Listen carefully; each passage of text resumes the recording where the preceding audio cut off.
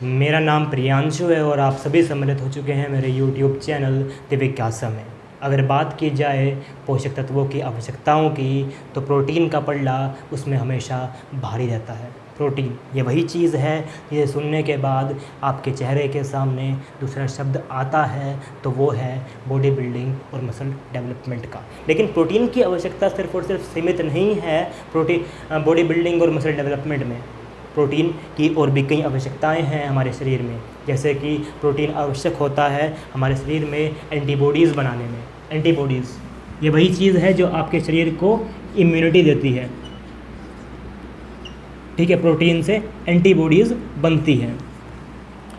दूसरी चीज़ की बात की जाए तो प्रोटीन बहुत बहुत आवश्यक है आपके शरीर में कुछ एंजाइम्स बनाने में। एंजाइम्स ये वही चीज़ है जो आपके शरीर में मौजूद केमिकल रिएक्शंस को फास्ट करता है। तीसरी चीज़, प्रोटीन बहुत बहुत आवश्यक है आपके शरीर में रिसेप्टर्स बनाने में। रिसेप्टर्स और प्रोटीन बहुत बहुत आवश्यक है आपके शरीर में हॉर्मोन्स। कुछ हॉर्मोन्स होते हैं जो कि प्रोटीन के बने होते हैं, जैसे कि इंसुलिन जो है वो इंसुलिन हार्मोन जो है वो बना होता है प्रोटीन का, ठीक है। और भी एग्जांपल जैसे कि ग्लूकागोन भी प्रोटीन का बना होता है। सोमैटोस्टेटिन भी प्रोटीन का बना होता है। तो कुछ हार्मोन्स होते हैं जो कि प्रोटीन के बने होते हैं। कुछ रिसेप्टर्स होते हैं जैसे कि 7 पास रिसेप्टर्स जो कि प्रोटीन के बने होते हैं। एंजाइम्स भी प्रोटीन के बने होते हैं। एंटीबॉडीज़ भी प्रोटीन के बने होती है। और यहाँ तक कि जो हमारा कनेक्टिव टिश्यू है उसमें भी प्रोटीन की मात्रा पाई जाती है, ठीक है। कनेक्टिव टिश्यूज़ में भी प्रोटीन की मात्रा पाई जाती है। तो प्रोटीन के ये अनेकों इस्तेमाल हैं, ठीक है। उसके अलावा बॉडी बिल्डिंग के अलावा, ठीक है, बॉडी बिल्डिंग के अलावा ये प्रोटीन के अनेकों इस्तेमाल हैं। अब सवाल ये पैदा होता है कि जब आप प्रोटीन खाते हैं तो आपका शरीर उस प्रोटीन से कैसे खेलता है और कैसे उस प्रोटीन से बनाता है एंटीबॉडीज़, एंजाइम्स, रिसेप्टर्स, ये सब चीज़ें, ठीक है। प्रोटीन खाया तो अब क्या होने वाला है उस प्रोटीन का, इस बात को समझते हैं।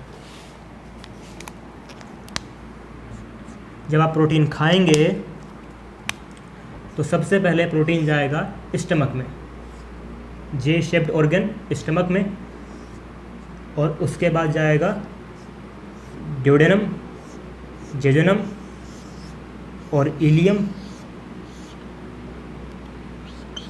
और उसके बाद लार्ज इंटेस्टाइन।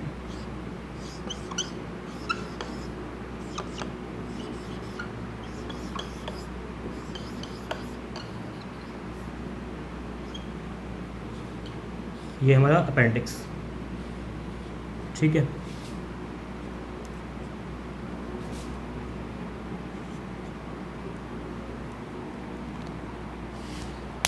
ये यहाँ पर लीवर है,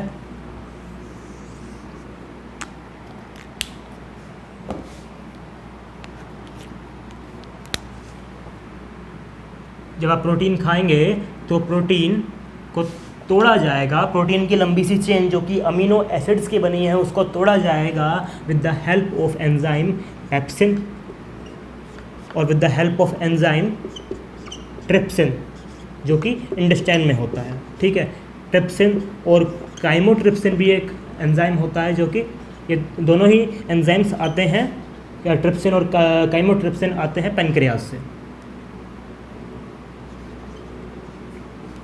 इन एंजाइम्स की हेल्प से प्रोटीन की लंबी सी चेन को तोड़ा जाएगा ओलिगोपेप्टाइड्स में और अधिकतर अमीनो एसिड्स में, ठीक है। और अब ये अमीनो एसिड्स और ओलिगोपेप्टाइड्स एब्जॉर्ब की जाएंगी, और ओलिगोपेप्टाइड्स कुछ एब्जॉर्ब जो होती हैं वो यहाँ पर मौजूद सेल्स जो कि इंटेस्टाइन के वॉल में मौजूद सेल्स हैं वहाँ से एब्जॉर्ब होंगी, और यहाँ पर कुछ पेप्टाइडेज एंजाइम हैं जो कि उन ओलिगोपेप्टाइड्स को तोड़ देंगे। मतलब कि अंत में हमें मिलेगा अमीनो एसिड जो कि एब्जॉर्ब होने वाली है हमारे ब्लड में। समझ रहे हैं ना आप कि क्या हुआ कि प्रोटीन आया, प्रोटीन को तोड़ा गया, पेप्सिन, ट्रिप्सिन, ट्रिप्सिन और काइमोट्रिप्सिन एंजाइम की हेल्प से कुछ अधिकतर अमीनो एसिड्स में कन्वर्ट हो गए, अधिकतर प्रोटीन अमीनो एसिड में कन्वर्ट हो गए और कुछ बचा ओलिगोपेप्टाइड्स। ठीक है, वो ओलिगोपेप्टाइड्स जब एब्जॉर्ब हो रहे थे तो वो इंटेस्टाइन की ल्यूमेन के सेल में गए और वहाँ पर मौजूद कुछ पेप्टाइडेज ने उन्हें भी तोड़ दिया अमीनो एसिड में, और अंत में जो ब्लड में एब्जॉर्ब होकर गया वो है कुल मिलाकर अमीनो एसिड्स। ठीक है, जो अमीनो एसिड्स होती हैं वो एब्जॉर्ब होती हैं डिस्टल पार्ट ऑफ जेजुनम से। मैं बता रहा हूँ, distal part of jejunum, absorption site जो होती है अमीनो एसिड की वो होती है distal part of distal jejunum और इलियम। ठीक है, यहाँ से सारा का सारा अमीनो एसिड्स एब्जॉर्ब हो जाएगा। प्रोटीन खाया था, प्रोटीन को तोड़ा गया इन एंजाइम की हेल्प से और एब्जॉर्ब हो गई अमीनो एसिड। और हमें पता है कि जो भी इंटेस्टाइन से एब्जॉर्ब होता है वो अंत में पोर्टल सिस्टम के थ्रू जाता है लीवर में। ठीक है, पोर्टल सिस्टम के थ्रू लीवर में चला गया हमारा सारा का सारा अमीनो एसिड्स। ठीक है, अमीनो एसिड का स्ट्रक्चर क्या होता है इस बात को समझ लेते हैं। अमीनो एसिड का स्ट्रक्चर जो है वो कुछ यूँ होता है कि कार्बन पे अटैच है एक कार्बोक्सिलिक ग्रुप, एक अमीनो ग्रुप और एक हाइड्रोजन ग्रुप।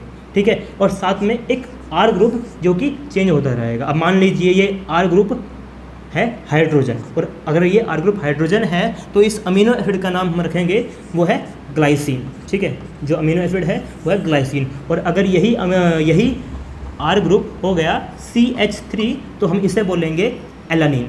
ठीक है, मतलब आप समझ रहे हैं ना कि आर ग्रुप चेंज होता रहा और उसका जो अमीनो एसिड का नाम है वो भी चेंज होता रहेगा। ठीक है, कुल मिलाकर 20 प्रकार की अमीनो एसिड हमारे शरीर में होती हैं और जो बदलती रहती हैं इस आर ग्रुप के बदलने से। आर ग्रुप हाइड्रोजन होगा तो होगा ग्लाइसिन, और आर ग्रुप मिथाइल होगा तो होगा एलानिन। ठीक है, इस प्रकार जो है हमारे अनेकों प्रकार की अमीनो एसिड्स बनाई जाती हैं। ठीक है, बेसिक स्ट्रक्चर है कि कार्बन पे अटैच है COOH carboxylic group, NH2 group amino group, hydrogen group और साथ में एक आर ग्रुप जो कि बदलता रहेगा। ठीक है, तो अमीनो एसिड्स यहाँ पर एब्जॉर्ब हो चुकी हैं जो कि प्रोटीन को तोड़कर हमें मिली थी।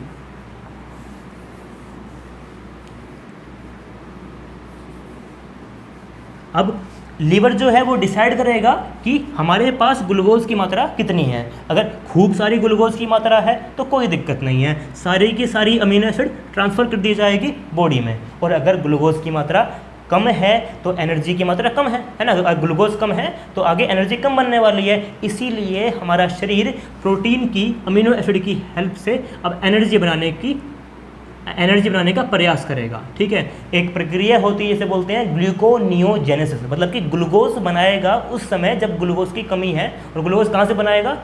किसी और चीज़ से जो कि कार्बोक्सिलिक नहीं है, जैसे कि अमीनो एसिड, जैसे कि पेप्टाइड चेन्स। ठीक है, उनसे उन चीज़ों से बनाएगा ग्लूकोज जो कि एनर्जी देंगे उस समय जब ग्लूकोज की कमी है। तो मतलब कि हमारा जो लीवर है वो डिसाइड करने वाला है कि उसे इन अमीनो एसिड्स का क्या करना है। अगर यहाँ पर हमारे शरीर में खूब एनर्जी है तो वो इन सारी की सारी अमीनो एसिड को ट्रांसफ़र कर देगा स्टोर होने के लिए, और अगर एनर्जी की कमी है तो क्या करेगा, वो कन्वर्ट कर देगा इन अमीनो एसिड को ग्लूकोज में with the help of a mechanism जिसे बोलते हैं ग्लूकोनियोजेनेसिस। ठीक है, और भी कई अनेकों प्रक्रियाएं होती हैं जिससे कि इन अमीनो एसिड से एनर्जी ले ली जाती हैं, जैसे कि डीएमिनेशन, और जैसे कि ट्रांस एमिनेज एंजाइम होता है जो कि अमीनो एसिड्स को ग्लूकोजेनिक अमीनो एसिड में कन्वर्ट कर देता है। ठीक है, कई प्रक्रियाएं होती हैं जिसके थ्रू एनर्जी ले ली जाती है उस समय जिस समय एनर्जी की कमी हो। ठीक है, और नहीं तो इन सारी की सारी अमीनो एसिड्स को ट्रांसफ़र कर दिया जाता है। ठीक है, इन सारी की सारी अमीनो एसिड्स को ट्रांसफ़र कर दिया जाता है हमारे शरीर में, ताकि ये जगह जगह स्टोर हो चुके हो पाएँ और वहाँ जा पाएँ जहाँ इन अमीनो एसिड्स की आवश्यकता है। ठीक है,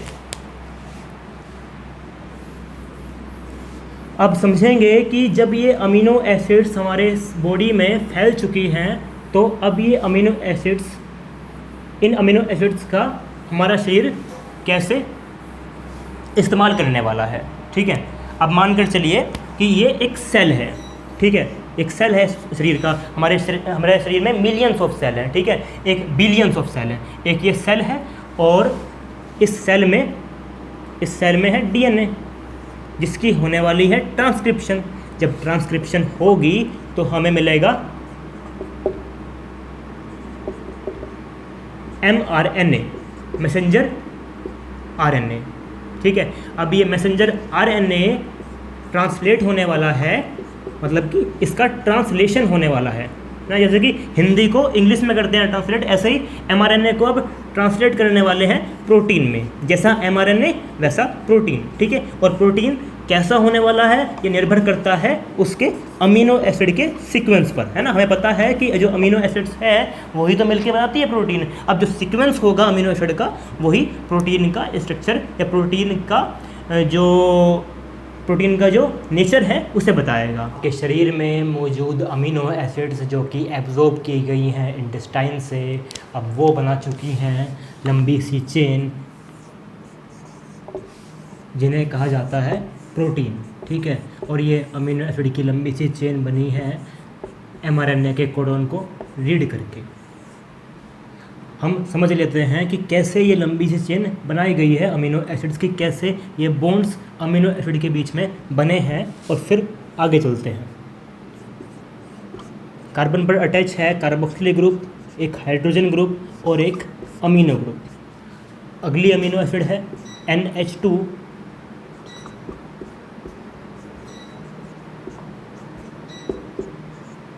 ठीक है। अगली अमीनो एसिड है NH2 COH और H और उस पर R ग्रुप, ठीक है, जो कि चेंज होगा तो अमीनो एसिड का प्रकार भी चेंज होगा, ठीक है। तो एक हाइड्रोजन ग्रुप यहाँ से हटेगा और एक OH ग्रुप यहाँ से हटेगा और बना देगा पेप्टाइड बॉन्ड।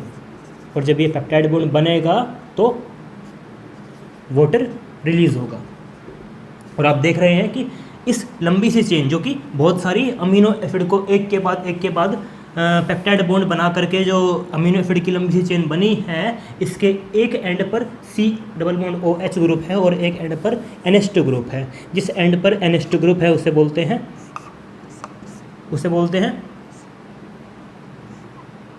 N एंड, और जिस एंड पर COOH ग्रुप है उसे बोलते हैं COOH ग्रुप, H एंड, ठीक है। वो सॉरी, जिस एंड पर COH ग्रुप है उसे बोलते हैं C एंड, और जिस एंड पर NH2 ग्रुप है उसे बोलते हैं N एंड, ठीक है। इस प्रकार से लंबी सी चेन अमीनो एसिड की बन चुकी है, ठीक है। अब इस लंबी सी चेन जो कि अमीनो एसिड की बनी हुई है, इसको पैक करना है इस प्रकार से कि हम इससे बना सके एंजाइम्स, रिसेप्टर्स और हार्मोन्स और सारे कोलेजन फाइबर्स, ठीक है। अब इस लंबी सी चेन को हमें पैक करना है इस प्रकार से, ठीक है। तो पैक करने के लिए जो ये प्राइमरी स्ट्रक्चर है अमीनो एसिड का, इसको हमें कन्वर्ट करना होगा सेकेंडरी स्ट्रक्चर में, ठीक है।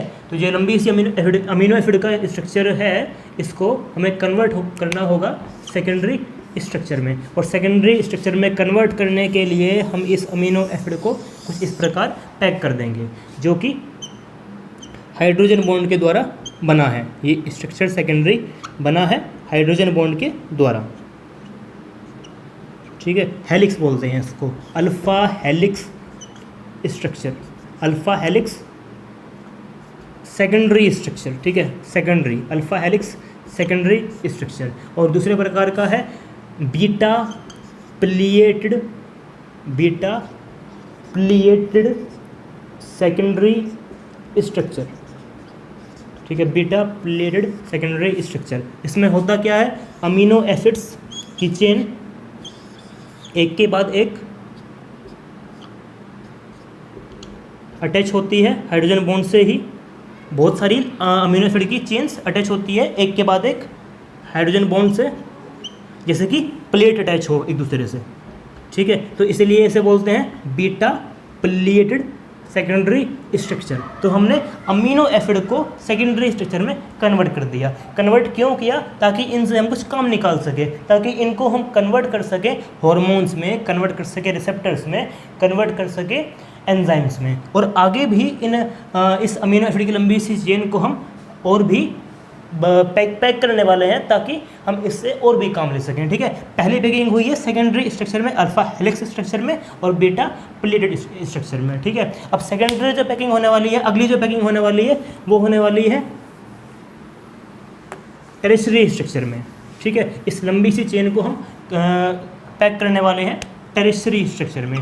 टेरेस्ट्री स्ट्रक्चर में जब पैक करेंगे तो कुछ यूँ करेंगे, आपने वो देखा है वूल का स्फेयर, ऊन का स्फेयर, ऊन का गोला, इस प्रकार से अमीनो एसिड की लंबी सी चेन हम पैक कर देंगे।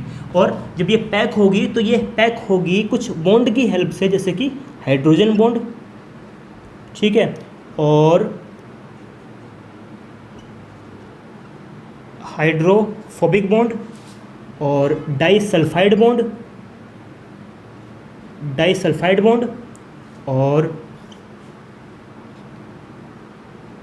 डाइसल्फाइड बॉन्ड और van der Waals force of attraction bond से और आयनिक बॉन्ड से। ठीक है, ionic bond, van der Waals force of attraction bond, hydrophobic bond और ये हाइड्रोजन बॉन्ड और डाइसल्फाइड बॉन्ड, इन बॉन्ड की हेल्प से सारी की सारी जो पेप्टाइड की चेन है वो पैक हो चुकी है एक अलग से स्ट्रक्चर में। अब मान के चलिए ये पैक हो गई कुछ ऐसे स्ट्रक्चर में, ऐसे एक स्ट्रक्चर में पैक हो गई जिसमें थोड़ा सा स्पेस है सबस्ट्रेट के लिए। अब जिस चीज़ में स्पेस होता है सबस्ट्रेट के लिए वो चीज़ क्या होती है, अब बताओ? एंजाइम। तो इस प्रकार से हमने एंजाइम में पैक कर दिया अमीनो एसिड की लंबी सी चेन को। और अब इस अमीनो एसिड की लंबी सी चेन के टेरेस्ट्री स्ट्रक्चर का काम है रिएक्शंस को, सबस्ट्रेट के रिएक्शंस को फास्ट करना और उन्हें कन्वर्ट करना प्रोडक्ट में। ठीक है, तो इस प्रकार से पैकेजिंग जो है वो काम आती है। ठीक है, और सेकेंडरी स्ट्रक्चर बन गया, प्राइमरी स्ट्रक्चर बन गया, टेरेस्ट्री स्ट्रक्चर बन गया। अब देखते हैं क्वार्टरनरी स्ट्रक्चर। ठीक है, क्वार्टरनरी स्ट्रक्चर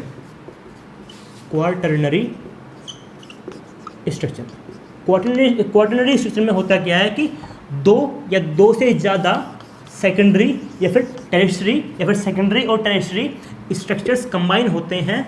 और जैसे कि ये एक टेरेस्ट्री स्ट्रक्चर है, ये एक सेकेंडरी स्ट्रक्चर है बीटा प्लेटेड। ठीक है, ये एक अल्फा, ये एक हेलिक्स स्ट्रक्चर है। ठीक है, ऐसे मतलब कि ये दो स्ट्रक्चर या फिर दो टेरेस्ट्री स्ट्रक्चर या फिर दो सेकेंडरी स्ट्रक्चर, ठीक है, या फिर दो अल्फा हेलिक्स स्ट्रक्चर ऐसे कंबाइन होंगे और बनाएंगे क्वार्टरनरी स्ट्रक्चर। मतलब कि दो या दो से अधिक सेकेंडरी या फिर टेरेस्ट्री स्ट्रक्चर कंबाइन होकर बनाएंगे क्वार्टरनरी स्ट्रक्चर। काम क्या होता है इनका? आपको पता होगा कि हीमोग्लोबिन जो है वो बनी होती है, दो अल्फा और दो बीटा सेकेंडरी स्ट्रक्चर्स की। ठीक है, अल्फ़ा बीटा की चेन्स होती है, अल्फ़ा बीटा, दो अल्फ़ा और दो बीटा चेन्स होती हैं जो कि सेकेंडरी स्ट्रक्चर होती है। ये दोनों कंबाइन होकर बनाती है हीमोग्लोबिन स्ट्रक्चर, हीमोग्लोबिन का ग्लोबिन। ठीक है, तो इस प्रकार से हीमोग्लोबिन का क्वार्टरनरी स्ट्रक्चर बनता है दो सेकेंडरी अल्फ़ा और दो सेकेंडरी बीटा चेन्स मिलाकर।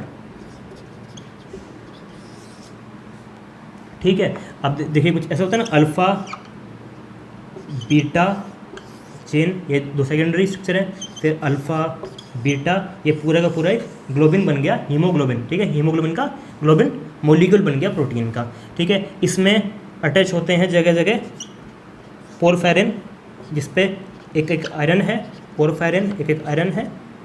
मैं आपको बता दूं कुछ इस प्रकार से, ये अल्फ़ा है, ये अल्फ़ा है, ये बीटा है, ये बीटा है, दो अल्फ़ा और दो बीटा ग्लोबिन में होती है। और बीच में पोरफायरिन चेन्स होती हैं जिन पे Fe अटैच है, और इनसे अटैच होने वाला है O2।